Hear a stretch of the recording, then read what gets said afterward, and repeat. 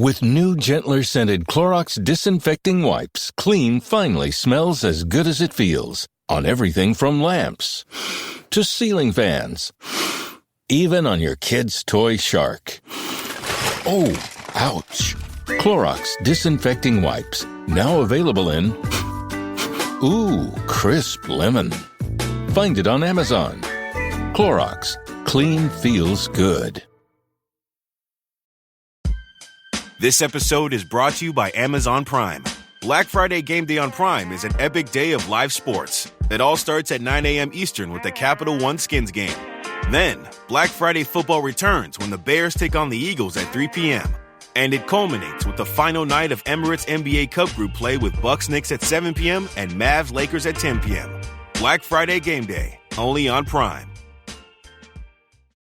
Every who down in Who Newville liked the holidays a ton. But where to get great prices on gifts, they had no idea. None. They searched and they searched for great gifts under $25. Gifts for spouses and friends and even their toddlers. When suddenly one who shouted, Walmart has what you want, knowing they have Lego, Tree Hut, and no prices to flaunt. So they enjoy the holiday season as Who's often do. Cheering and shouting, Walmart has incredible gifts. Who knew? Find gifts they'll love under $25 at Walmart. This episode is presented by State Farm. Having insurance isn't the same as having State Farm. It's like needing the protection of an offensive guard on the football field, but getting an elementary school crossing guard. Sure, they're both guards, but you can only trust one to keep your quarterback safe when the game is on the line. So don't settle for just any insurance when there's State Farm. Like a good neighbor, State Farm is there.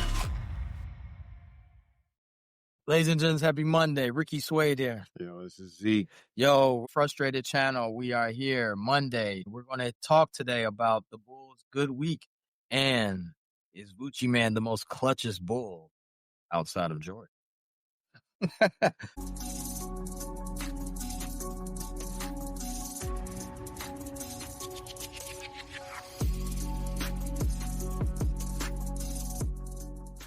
Yo, like, subscribe us. Tell your next door neighbor. Tell the grocery lady that's checking your bags at your nearby grocery store to subscribe. You know what I'm saying? We're on Amazon, Apple Podcasts, iHeart, and YouTube. Share and like. We're here every Monday, Zeke and I, every Monday around 8 Central Standard Time, here to talk about the Bulls. Everything Bulls related and some things NBA around the NBA. We're going to start off with the Bulls' positive week, 3-1. Sir, nail biter against who's that? Portland, right? Yeah, and don't forget Denver. That was a nail biter as well. Yes, Stacey King has labeled us the cardiac Bulls because we be down these games, then we come back, and it's a crazy ending most of the time. Denver Blazers and Miami. Miami. Right. Heat culture, what? Yeah.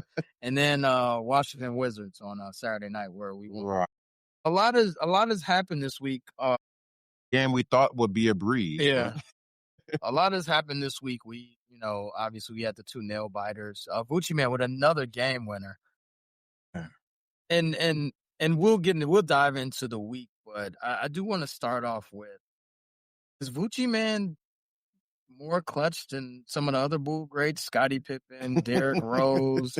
I mean, I've never seen this many buzzer beaters. Yeah, he's been doing. He's got two well. of them already. And, the first half of the season is not even here yet.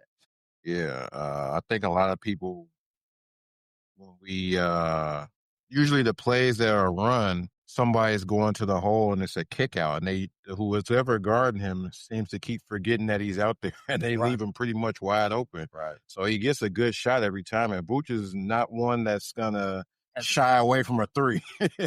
Right. So yeah, when the game's on the line, he's gonna take the shot, and I know he believes it's going in. So what is he shooting for the year, Vooch?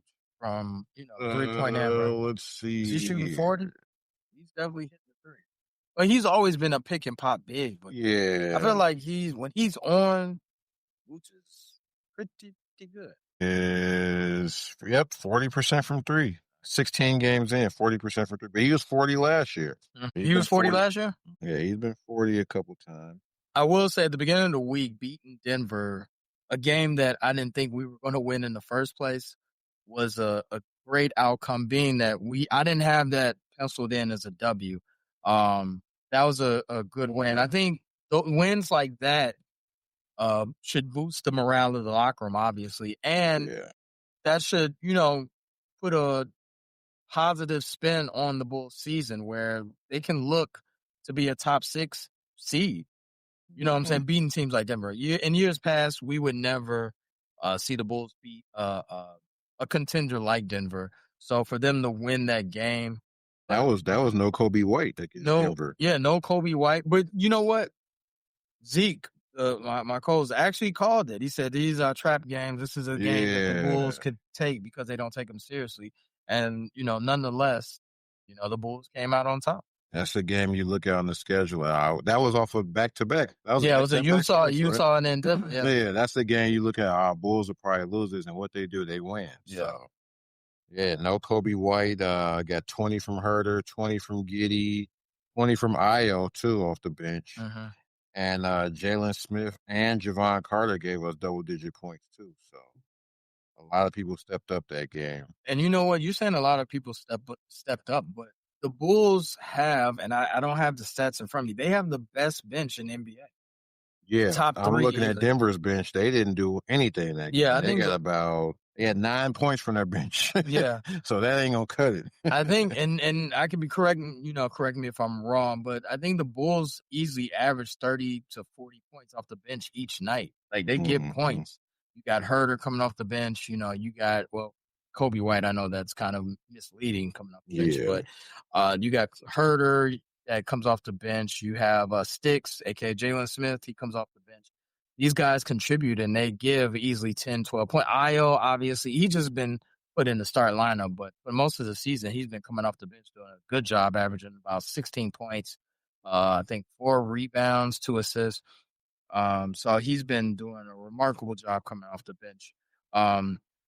We go to Wednesday, where they beat Portland, and that was a crazy game. And there was a lot of heat with us. There's a lot of bricks that the Blazers were throwing up, but they were out rebounding the Bulls like left and right. And that game was crazier than, if you thought Utah and Denver was crazy, the Bulls game was even crazier. Yeah, Bulls start off slow once again. Kobe was back that game, and he didn't look like he missed a step. Vooch played very well, and like I said earlier on our Central Division pod, if the Bulls are hitting their 3, usually they're gonna win that game. That goes for pretty much all teams in the NBA. If they're hitting their 3, they're gonna be hard to beat. Mm-hmm. But that game, I thought it was over when it was 105 to 86. Bulls had 23s made at that point. I think that was around the end of the 3rd, close to the beginning of the 4th. I said, "Oh, this game is over." I turned out, it was almost 11 o'clock. I'm like, "Oh, give me some sleep. This game over." So I lay down, I check my phone. Let me see what the final score ended up being. I look up, it's tied. I'm like, hold on. I had to turn the game back on. That's why I ended up seeing the final 2 minutes, and we pulled out the win. But we was up crazy in that game, and they came back.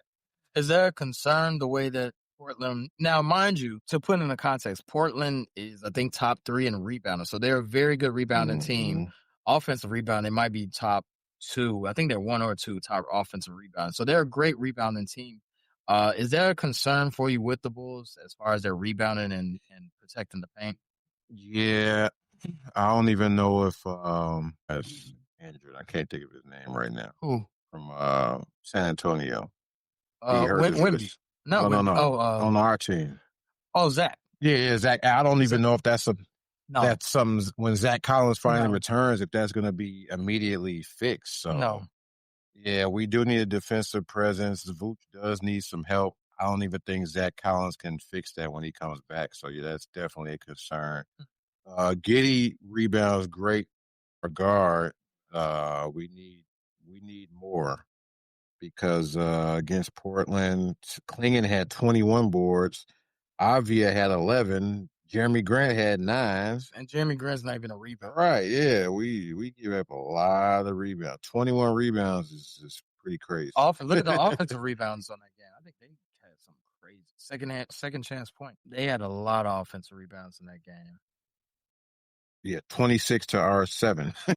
Yeah, I mean, you're getting whatever you want. And Bulls be turning the ball over a lot too. Right. Starting off slow, not rebounding, turn over the ball a lot. That's usually a recipe for disaster. So we got to tighten them things. It's still early, but like Vooch said, these small things add up. So Yeah, we got to start tightening these things up right now before we get into towards the end of the season. At Showtime, currently the Bulls are playing the Pelicans. We're down 74-58 halftime. Yeah. I don't, but we have a lot of players sitting out. Vooch is sitting out. I think Pat Williams starting at center. Who else is sitting out this game? We're not. Coro is out. Okoro's out. Herter is out with an illness. Okay, yeah. It's a lot of. It seems like we're punting on this game. Like we're like, what's wrong with Vooch? Knee soreness. Okay, that's let's see. We're getting. I don't want to talk about Friday's game. I will say this about Friday. I know the Heat demolished them at the NBA Cup, beat them by like 40. It was 143, 107, something like that. Pretty bad. But those games happen. You have a long road trip. You get back home, and then that first game is a dud because you get in the rhythm of things of being back home. But Miami did play a good game. Their offense is fast paced, up and down, and they also were hitting all their shots. So I do give kudos to Miami. They played better. Moving along to Saturday, which was the back-to-back game, which was frustrating to watch that game, was the Wizards. Wizards come in town 1-14. Hey, Wizards got a nice little core over there, man. They got some nice long guys, play defense, pause. Yeah, they're a lot better than what their record shows. They play hard. Play hard and very inexperienced, but nonetheless, they should not. I don't think the Bulls should have. They should have been. No, definitely not. But the Wizards, they got a decent future ahead of them for sure. Do they? Yeah, they got a good team. They got some good pieces there. Okay, it's not like Sacramento. Now their future looking bad. Yeah, that structure over there. Yeah, at least Washington got a little something to look forward to. Washington, I believe Washington shot 46% from the field, 44 from three. Yeah. So that was a game that they should have won.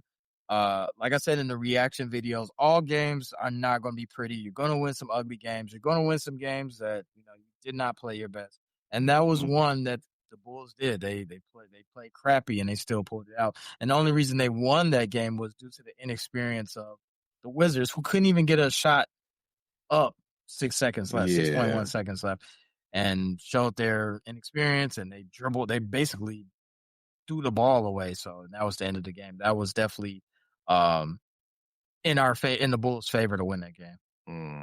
Mm-hmm. Couple of notes from that game. Bulls started slow again, getting out rebounded.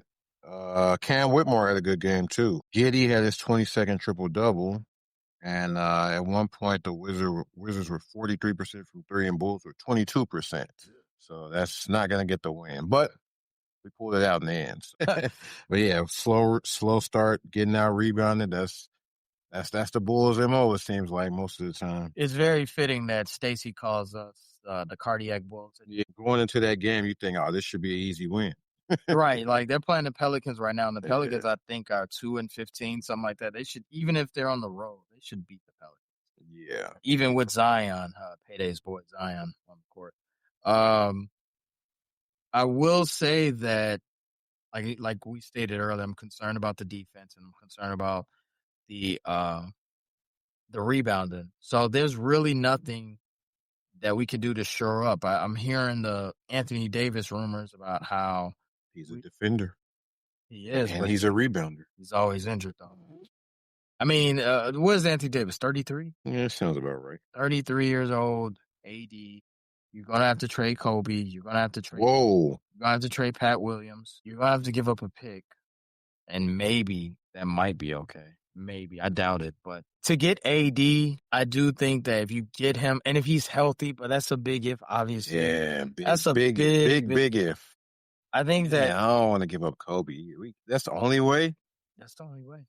You're gonna have to. I mean, you gotta think about it. Kobe's he's on a expiring contract, so Yeah.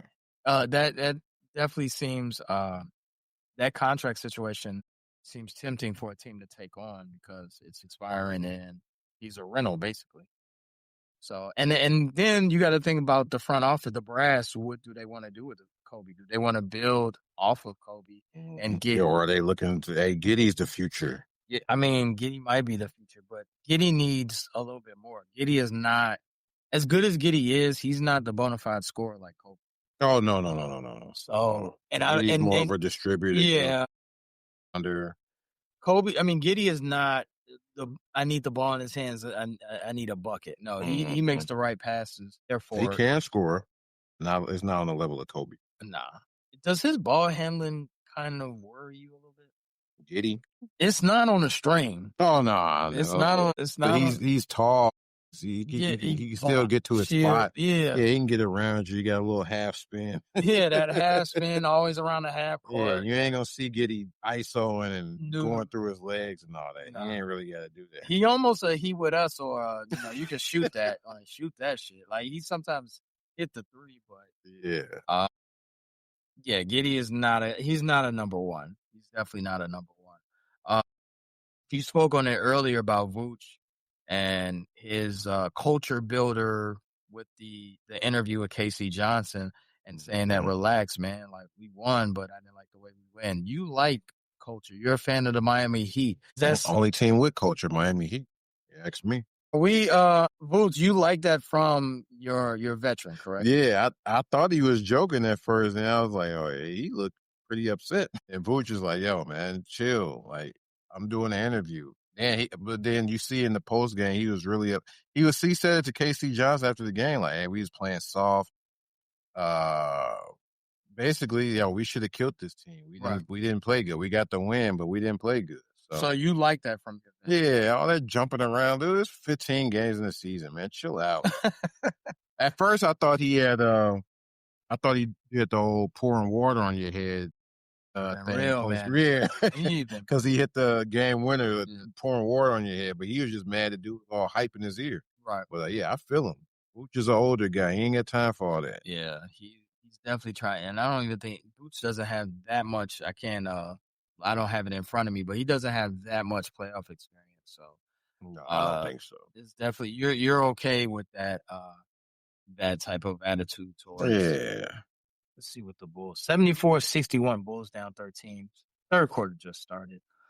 But Bulls had a lot of turnovers this game as well. But so Pelicans had 28 points off turnovers and offensive rebounds in the first half. So that's the story. No, but I mean, I know this is gonna come off as like real takey, but seriously, like Vooch with these two game winners, buzzer beaters, I haven't seen. You don't like Derrick Rose. We know the one from Cleveland. What else? What other buzzer beaters does Derrick Rose have? I can think of. I know he got the floater against the Lakers. That wasn't a buzzer beater. That wasn't. That was just a clutch layup. Yeah, I mean, it left them with like 1 second. Like that was on Christmas Day. You're right, the Christmas game. Christmas Day game. Yeah, that was a clutch shot. Scotty, what is Scott? Well, Tony Kukoc, he got the 0.7. Yeah. Is that, you know what? Let me veer. The Philly and Portland, are those where were you buzzer beaters? Like would that go and, would that be singed in your brain? Like I remember Vooch hit 2 buzzer beaters at the beginning of the season. No? Beginning of the season. So why? Well, I was going to say Kukoc, that was a playoff game. Derrick Rose, that was a playoff game as well. I'm telling you, I don't think Derrick Rose has any buzzer beaters during the season. I mean, besides the Christmas Day.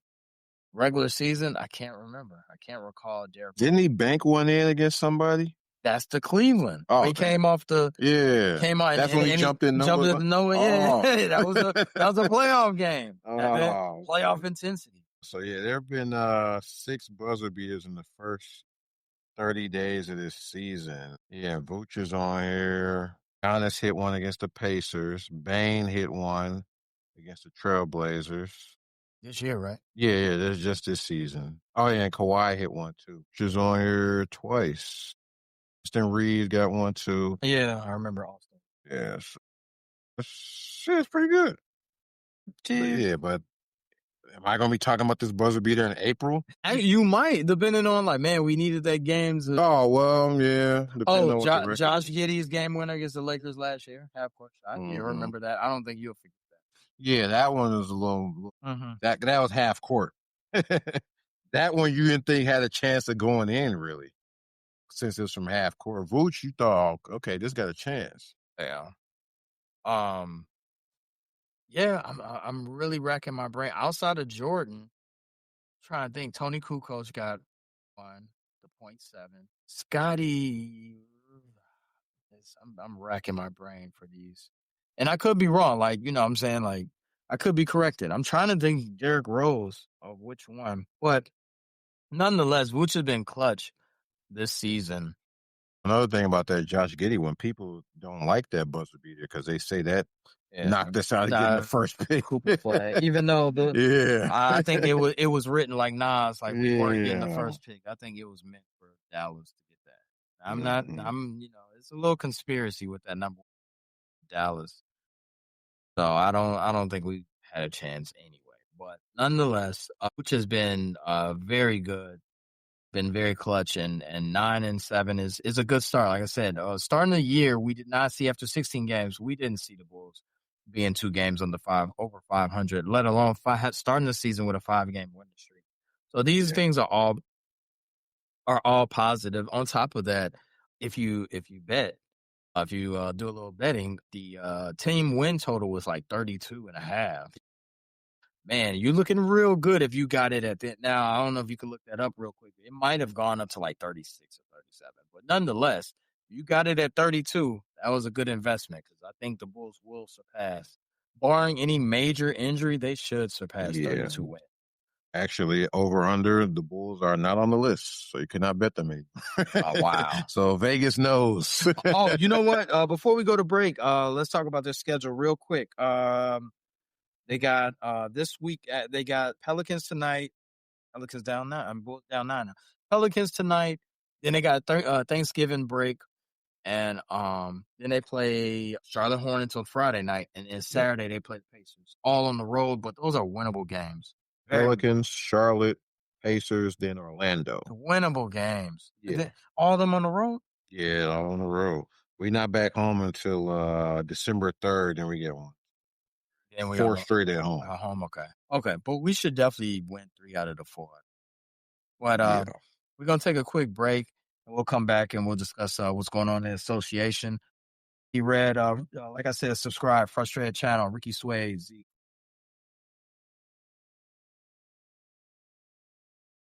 Frustrated Channel, we're back. Like, subscribe, download. We're on Amazon, iHeart, Apple Podcasts, Amazon Music, and YouTube.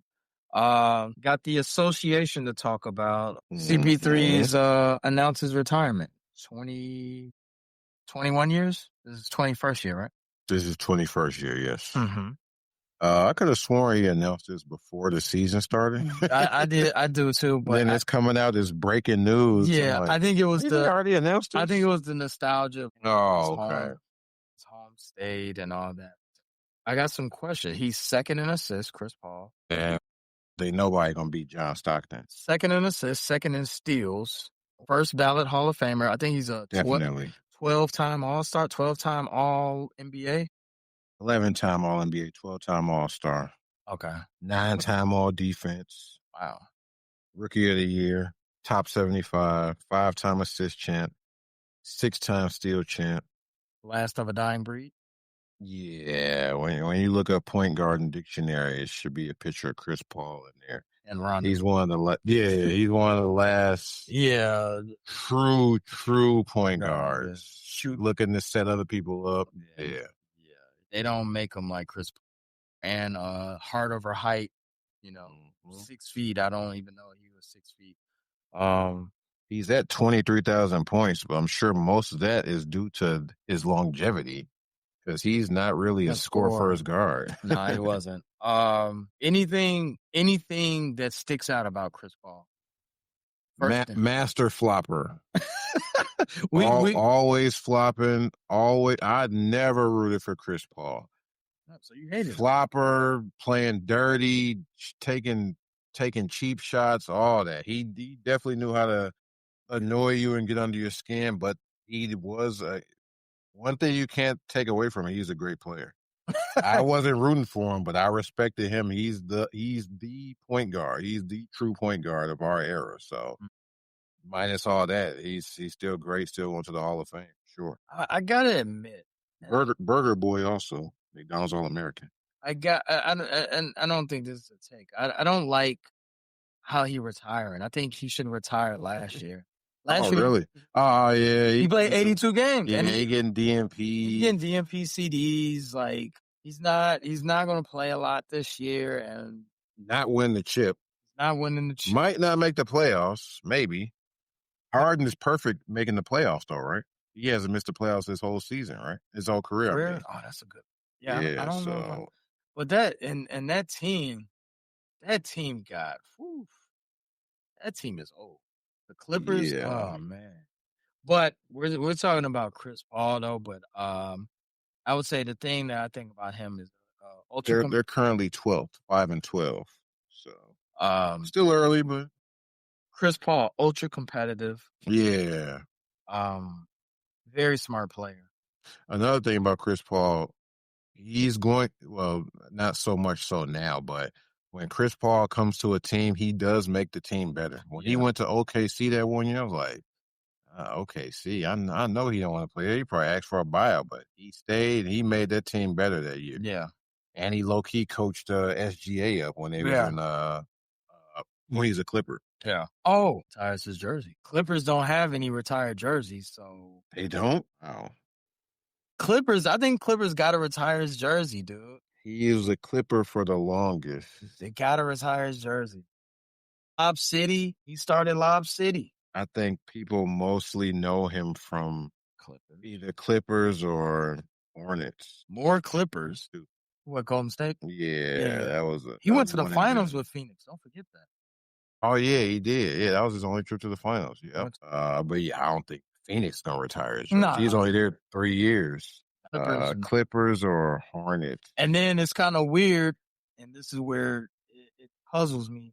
It was the New Orleans Hornets. Right. So it's like, is it the Pelicans or is that the Charlotte Hornets? Not the Pelicans. It's the Charlotte Hornets. But he didn't play. He didn't play for Charlotte. Because, dude, this is where. And that was kind of Oklahoma City. Yeah, too. I get confused. Yo. It was New Orleans / Oklahoma City Hornets. I know a lot about. But now OKC is the Thunder. And he played for the Thunder, but. Right. I get confused a lot on the franchises. I mean, it's one of the things I try to. Showing IT blocking Chris Paul's dunk on TV. And he was talking. But I always get confused because he got drafted by New Orleans Hornets, and then New Orleans Hornets turned to Charlotte, right? New Orleans Hornets. They was New Orleans. Then they played in Oklahoma City because of the Hurricane Katrina. So they were still the Hornets, but they were Oklahoma City Hornets. Mm-hmm. Then they were back to New Orleans Hornets. Mm-hmm. Then Clippers, Houston, then Oklahoma City Thunder. Mm-hmm. So yeah, that was a weird couple of years when he first got into the league. Then he stayed because of the Hurricane. And then he got with the Clippers. That's that was Lob City. Yeah, Lob City. Yeah. So that number 3 should be the first. And you know what? That'll be the first retired Clipper jersey, especially in that stadium too. Oh yeah, new stadium. Stadium. So Chris Paul should be the first player, which is an honor in itself. That should be. No retired numbers. They should get. They should definitely get Chris Paul. So is Chris Paul the greatest Clipper ever? I think so. Yeah. Over Blake? Yes. It's not a resounding, but like Chris Paul during those years made that team go like that. He was the reason. Google AI is saying players such as Chris Paul, Blake Griffin, and DeAndre Jordan are frequently mentioned as potential future candidates. I don't know about DeAndre. He made an All-Star with him, though, right? That's all it takes to get your jersey retired. I'm just saying, like, the reason they mentioned him because he made the All-Star team. DeAndre. Well, yeah, when you think of Clippers, You think of Blake? you're not CP. thinking of Poole Richardson. No, not thinking of Ron Harper. But Oh, yeah, and DeAndre got drafted by them, too. And he was there 10 years. Let me change my stance on that. even 10 years with one All-Star, that gets you consideration for a jersey retirement? Yeah. That ain't that great. I mean, Reed, but he's not a scorer, though. He's shooting 70% from the field when he was there. He's a rim runner. He was catching lobs. Averaged 15 boards 1 year, too. A lot of he should definitely. He's probably get retired. He'll be a Clipper. Then he came back. Right, he got that too. Because wasn't there some tension when he left, right? Yeah, because he went to he somehow got out of the Clippers and went to Houston. Yeah, he did that. But the fact that he came back, there was the whole what's the guy that sold the team? Yeah, Sterling. Yeah, Sterling. The Sterling incident, and he left that. And now whole new ownership. He came back. Yeah, we're like 33 minutes into the show and still no Lakers news, but we actually know mention of LeBron, but now we are going to mention LeBron. We're going to bring standard. We mentioned LeBron at least once. Yeah, at least once. But Lakers do have news. We're going to bring in our guy Pay to discuss this topic. The Lakers fired the Bus brothers. So the Laker organization is no more mom and pop. So Pay, you're in here. Genie is going to? Dude, Genie, like they're not majority owners anymore. Oh, okay. So, but they fired the Bus brothers. Right, yeah. I saw the brothers is gone now, so yeah. So, Pay, this is right up your alley. This is kind of a crane report type talk. What are your thoughts on the Bus brothers being fired by the ownership, the Laker ownership? Thanks for having me. Long time listener, first time caller. It was out of the blue when this news dropped, right? I mean, first thing I thought about was, damn, Thanksgiving's gonna suck for this family. Well, they got $1 billion each. Well, yeah. I guess that is a good point. Do billionaires even celebrate Thanksgiving? I wouldn't know. But I mean, what came about this? Like, this was surprising. Why is the Laker and aren't the Laker owners? Don't they own the Dodgers and the Fever? No, Sparks. I'm sorry, the Sparks. Don't they own the Sparks as well? Yeah, somewhat. And they're Mark Walter, who is the CEO of Guggenheim, they own the Dodgers and Fever, as you said, and now the Lakers. So it was the writing was on the wall. Once they took over the Lakers, they were going to reorganize the front office at some point. And it's been tension between Jeannie and her two brothers, Joey and Jesse, since Pop died, right? She took over as head of the basketball operations, and I think that was 2017. Right. Fired Mitch Kupchak, Tario, and brought in Magic Johnson. Not her best move, but it's been tension in that family ever since then. The first thing that, and you did point out, Rick, that they all got $1 billion out of the deal, but it was still there's still a level of salt in this decision that came out late last week, as you saw with the tweet from I think it was Jesse, and he was saying, I wonder what Dad would say about all this. Yeah, it's the wrong thing to say. Yeah. But this ownership, this marketing group, they've been buoyed about how smart they are, how creative they are in regards to marketing and putting the best product on their respective fields. Have you heard about that as well, Pay? I mean, that's how they've made the Dodgers into a bit of a dynasty now, right? They've not necessarily been smart about what they, smart about building organizations. They've just been out spending everybody. Whether or not they can do that in the NBA is I don't think you can. It's something to be seen.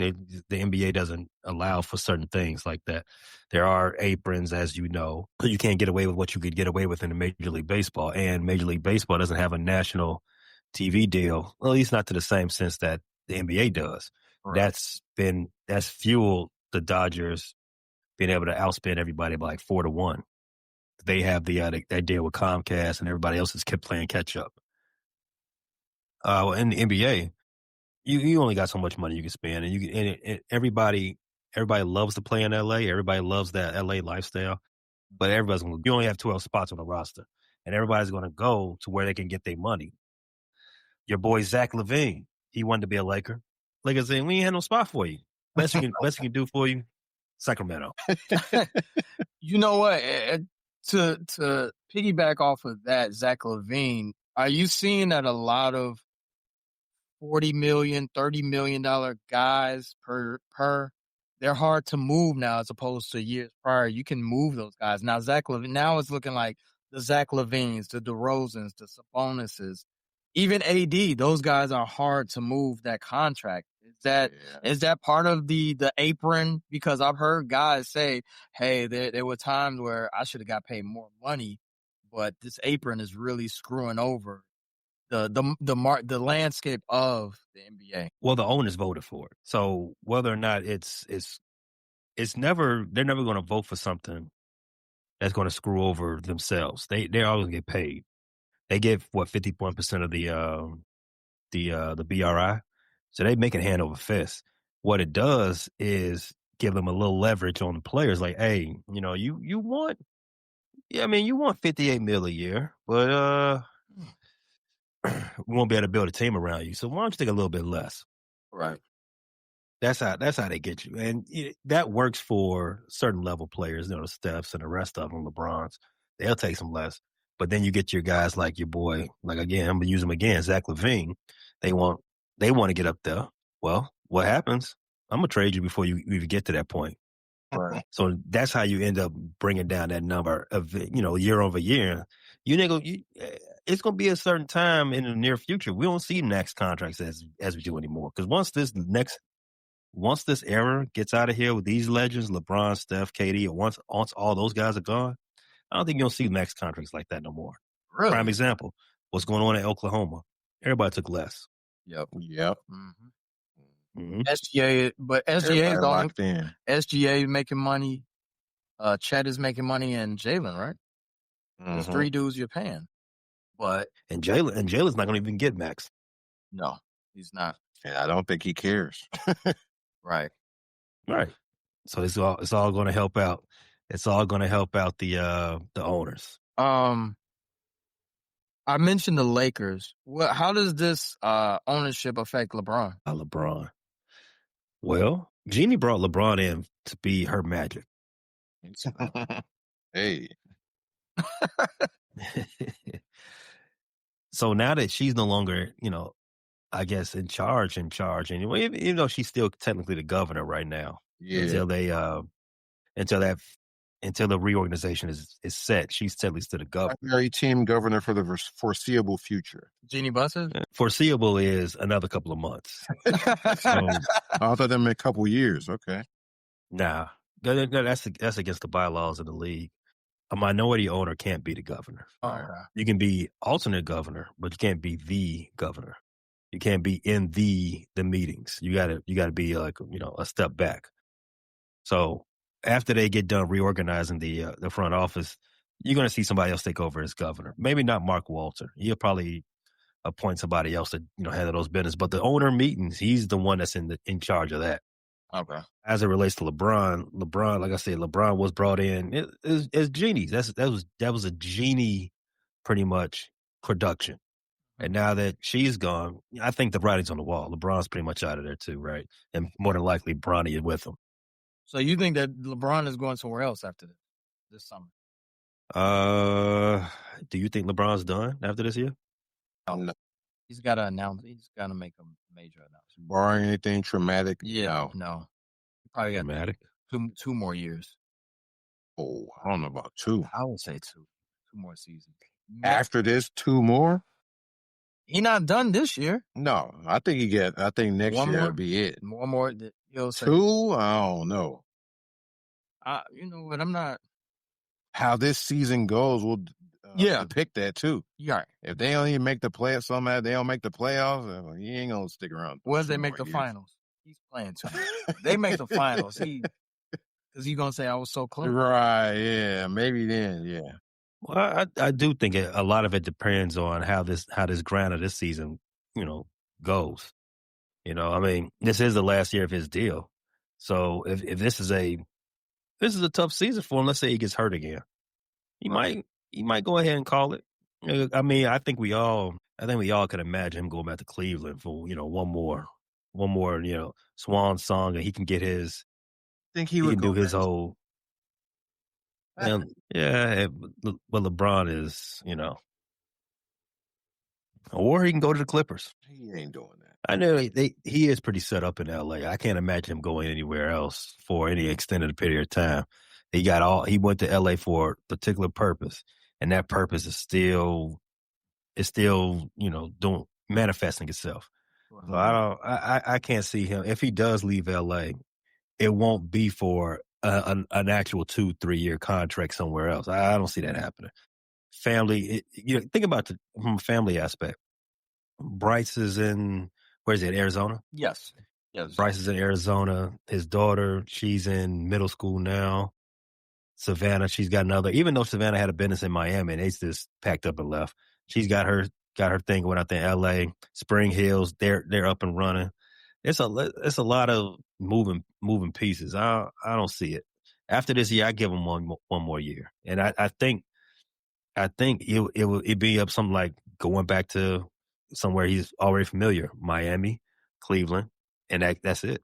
He does that one year where it's all about me. Gets his rocking chairs everywhere he goes. Does it, the Coach K thing, the Kobe thing, and that's it. One more year.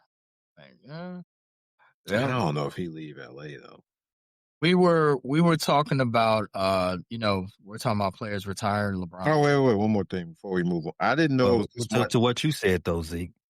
Leaving LA, that goes right back to Jeannie no longer being in charge. Somebody else is calling the shots. They don't. Sure. They may not. They may say, "Hey, look, so LeBron, we love you. We ain't gonna do this production no more though. We got you and your son. Y'all got to figure something else out." Yeah, one I didn't know it was so many bus children. There's Joey, Jesse, Jeannie, Johnny, and Jim. And Johnny and Jim are the older brothers. Jeannie is 64. I didn't know that. Yeah. And I didn't know she had the older brothers removed in 2017. And she filed a restraining order against them. Oh, wow. A couple years ago. So yeah, it's a lot of drama. It's messy. Yeah, it's messy. Billionaires. They keep up a lot of mess. You saw Succession, right? Yeah, and Joey and Jesse are the younger. They're only 41 and 37. So I'm sure they saw their future. Like, we finna own this team until we get around Jeannie's age. But that's over now. That's crazy. Well, actually, Dr. Buss had a lot more kids than just the ones you named. He got at least, I think there's about 10 of them out there. Oh, wow. Do they all start with J like all these dudes? I don't think so. Joey, Jesse, Johnny, Jim. Those Laker after parties were kind of busy. Magic, Worthy, UNC great. Dario. We were real quick. I wanted to get your opinion on this. We were talking about Chris Paul earlier, and I know you have some less than positive comments on Chris Paul. Opinions on opinion on CP3. Where does Chris Paul get his jersey? It gotta be the Clippers. You pointed it out. The Clippers haven't retired anybody's jersey. If they're going to retire anybody's jersey, it have to be the best player that's ever played for them, Chris Paul. I mean, think about it. Think about the Clippers. You think about trash and that little era with Chris and Doc, right? What do they call it? What was it? Lob City. You think about garbage and you think about Lob City. You obviously, I mean, what's in the Clippers Raptors right now? None. They don't have nothing. They have buildings. nothing. Oh yeah, new building. They New took everything. building. They took everything down. No, they didn't have anything in stadiums. They never had anything. They were famous for covering up the Lakers banners on their. Oh, covered up the lake. It will be. I mean, I don't think they're having problems selling tickets there at the. I forgot the name of the building. Into a Dome. I don't think they're having problems selling tickets there. But can you imagine the type of cameras and attention it would be if they actually have a jersey to retire? Oh yeah, it'd be major. It'd be major. I mean, as Bulls fans, team that's never retired a jersey. Only team. Well, I mean, they're the only team that's ever been as terrible as they are. But I mean, as Bulls fans, you all understand the game. I mean, let's just retire a jersey. Let's just get everybody to pay attention to us for a night. Well, let's just let's just have a ring of honor and put everyone in it. So you understand. Yeah, it's only an every other year thing. Yeah, they're gonna put everyone back in it the next year. So. What's been an every year thing and recurring thing in the NBA, and I want to ask guys if you're concerned about this. A lot of injuries going on right now to the NBA upper crust players. You got Garland, Trae Young, Ja, Jalen Williams, Zion, AD, Aaron Gordon. That's just to name a few of the players that's injured. We joke with Tate about how the old days, but this new NBA, like these players are barely suiting up to play 50 games. And they got this new rule. Is there a concern with that? And is there any way is there a solution for this? Solution? I'm not sure. You obviously know what the cause is. They're saying. Yeah, they're saying it's because of the pace. Yeah. The game has never been played at this type of speed before. I'm trying to think who tweeted it. It was what they won't do. I'm sorry. What they won't do is cut the games down from 82 to 60. They're not. Oh no, that's giving money back. They're not doing it. And the crazy thing about that, 82, it ain't no rhyme or reason behind 82. Bill Simmons been talking about that for years, shortening the season. He was saying like 72 would be a perfect, but they're not going to give up 10. And it's only 10 games they're giving up. But he said that's not going to happen. But it's really no reason behind the 82 to begin with. It's just the number they decided. Pay, your thoughts on the rash of injuries that's hitting the NBA, and is there a way to stop this? Well, first thing, it's perfect synergy, 82. You got 4 games in the conference and 2 out of the conference. I mean, that maths, right? Even though I know they were playing 82 before they got to 32 teams. Yes, I get that. Yeah. However, cutting it back now would be one, it would be a financial penalty that no one wants to have. You think any of these players want to take less money? No. Oh. They just want to play less games. That's just it. Until you want to have that real serious conversation, let's just not even have it. Let's not even bring up the idea. But as far as like the injuries, they're hard-coded. Every time we have this, it seems like every year, like, man, what's up with all these injuries? Everybody's popping Achilles. Everybody's knee is getting torn.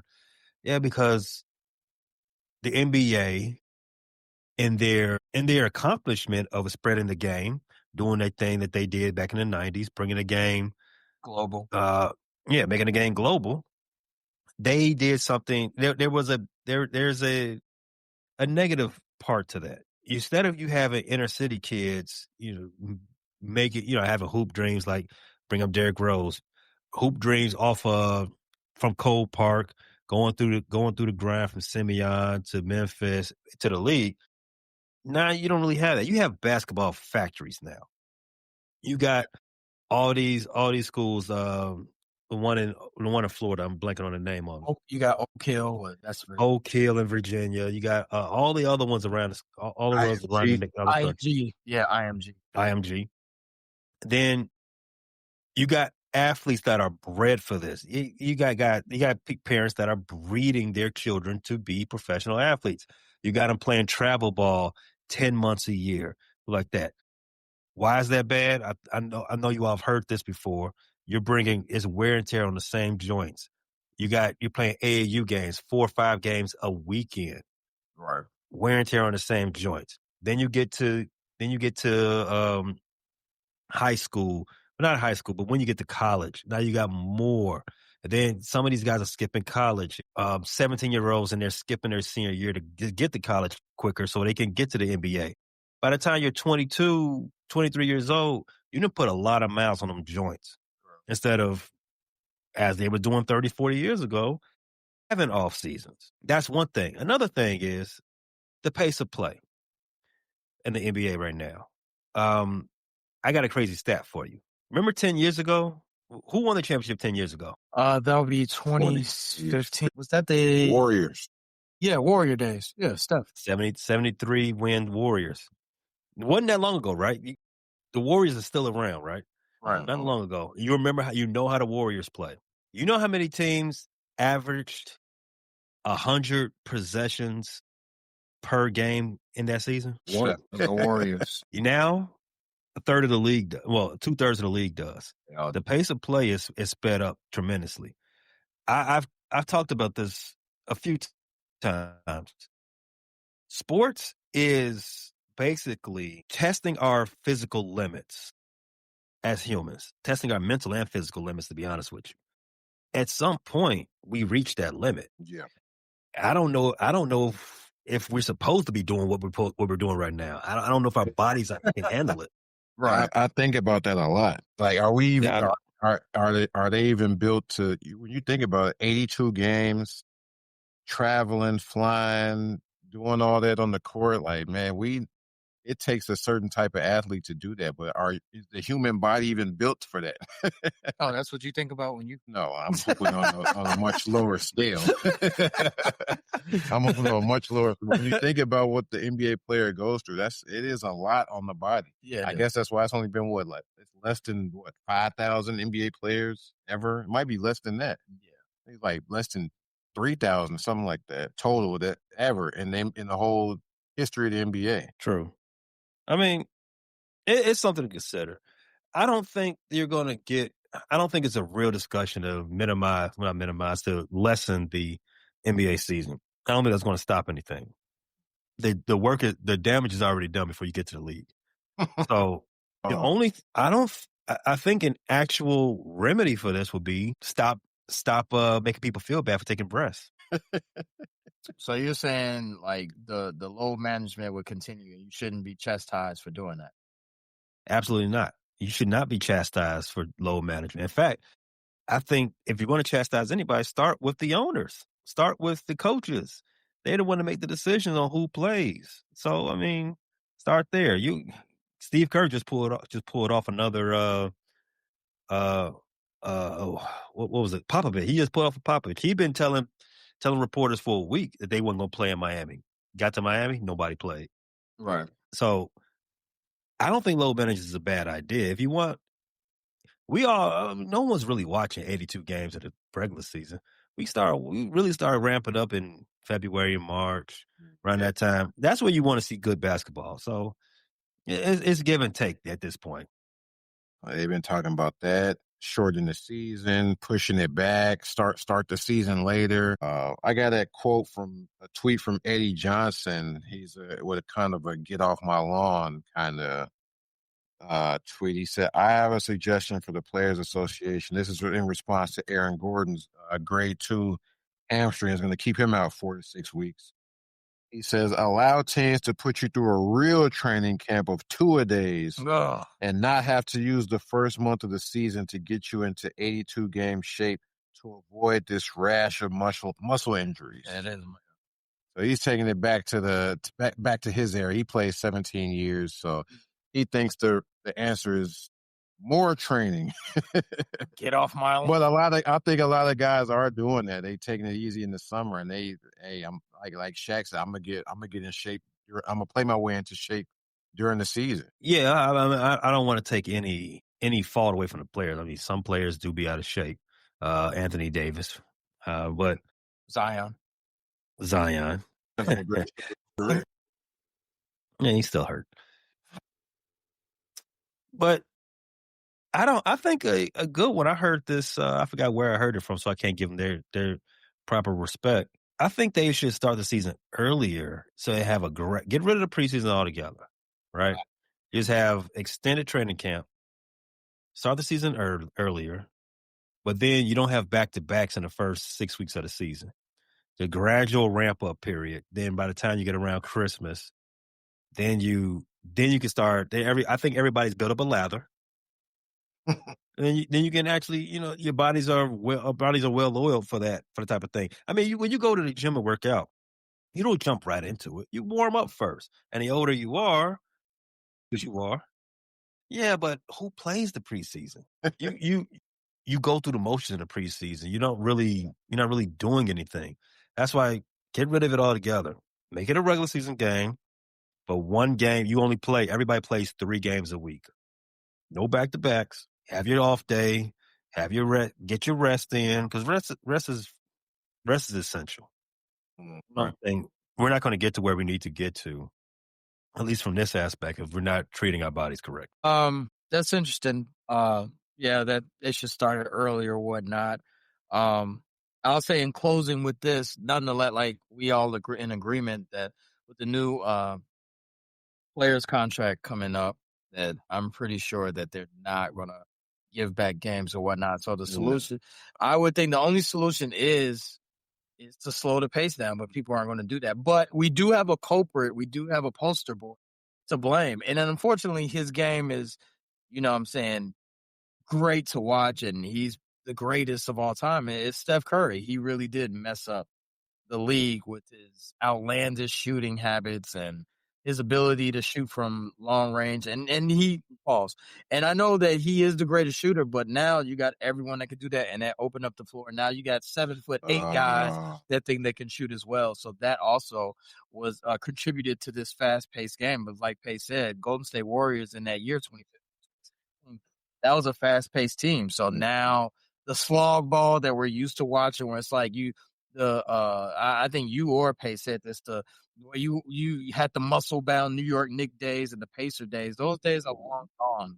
So they're all about agility and being able to shoot, and that's all they're looking for. They want 5 guys out there that can shoot. Right. And so therefore that's why the Chris Paul, and it's appropriate that he's retiring, and you won't see another Chris Paul for years because it's dying of a true point guard. The Rondos and the Chris Pauls are no more. Saying we just brought up how Trae Young, and he's too small, and he's like, they're looking to trade him. He's a legend. He's in the rumorville, but like no one wants a Trae Young. Like Trae Young is small, he can shoot. So, he low key.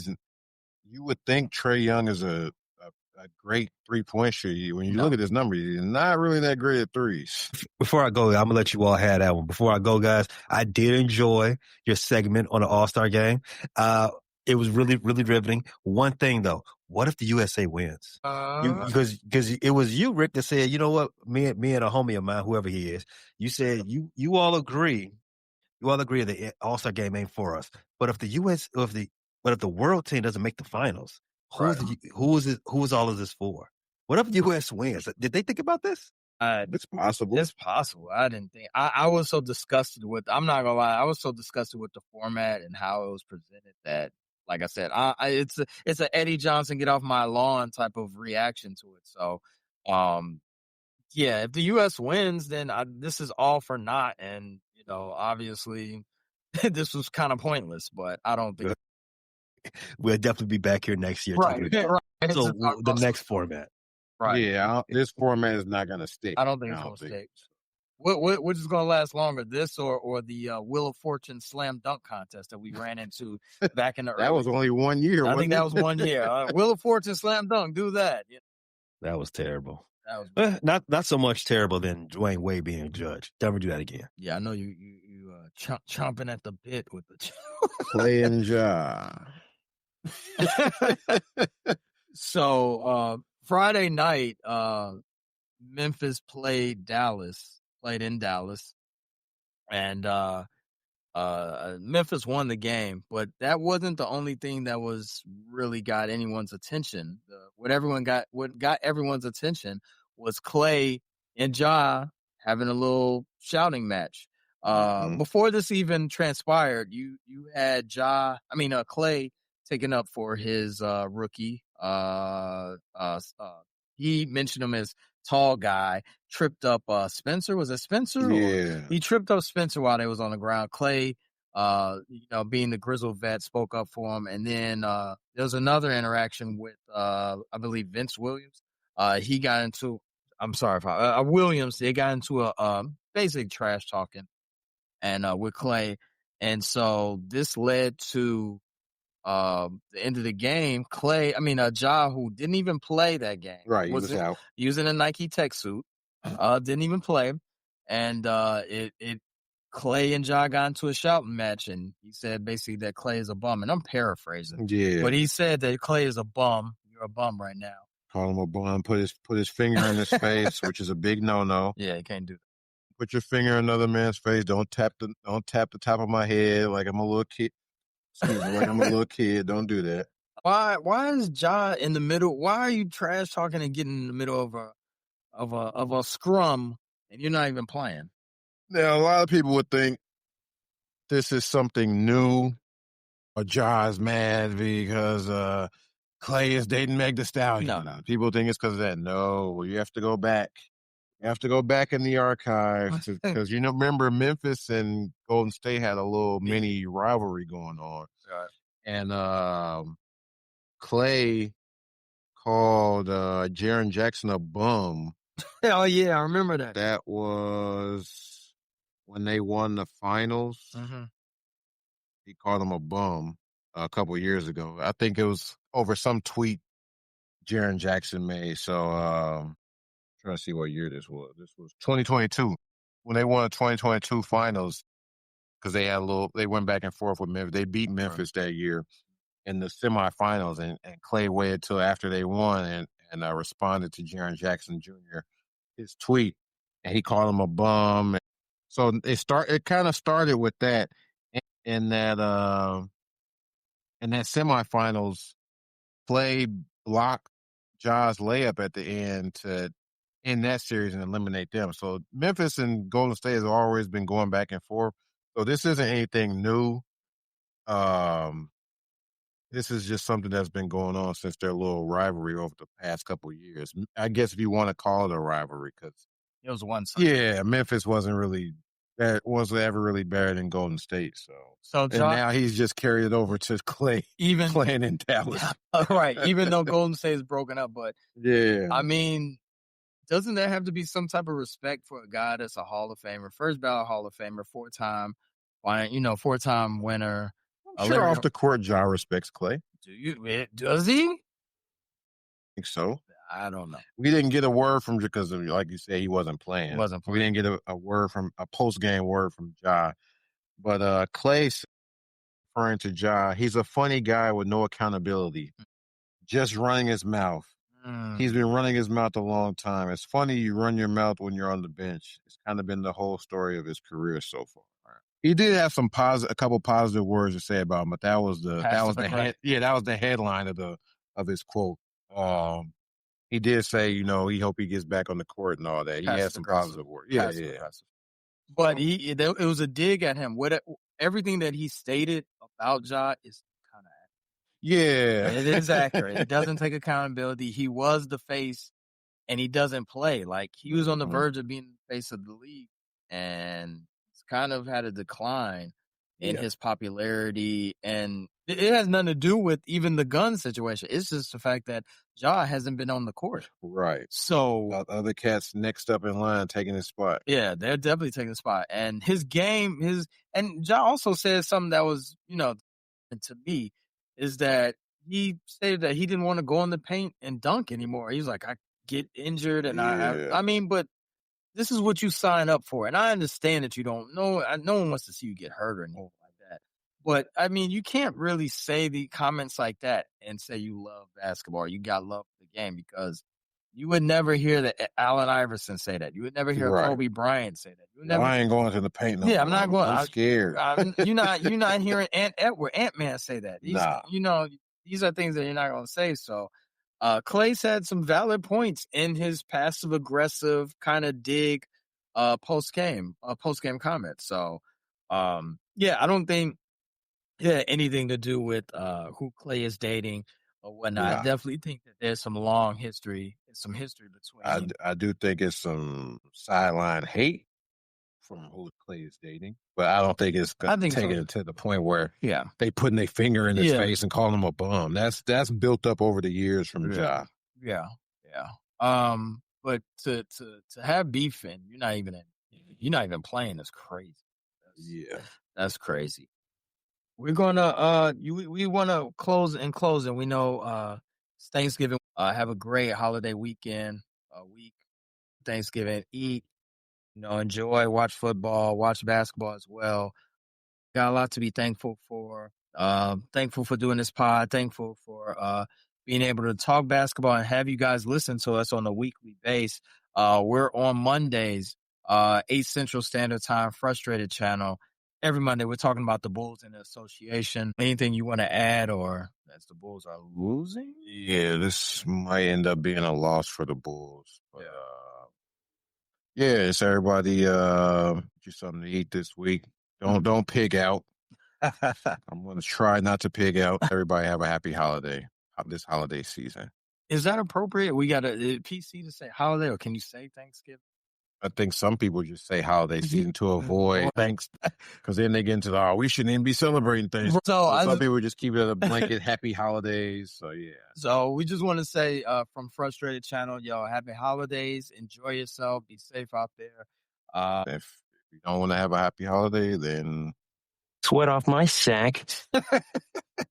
We're out of here. Thanks for listening to this latest episode from the Frustrated Chicago Sports Fan Channel. Don't matter if you listen to this on Apple Podcasts or Spotify or watch it on Twitch or YouTube. Make sure you like, subscribe, share with a friend, hit the notification bell so you never miss a drop. And to all the guys from Chicago, we say 3 things. Bear down, go Cubs go, and sell the team, Jerry.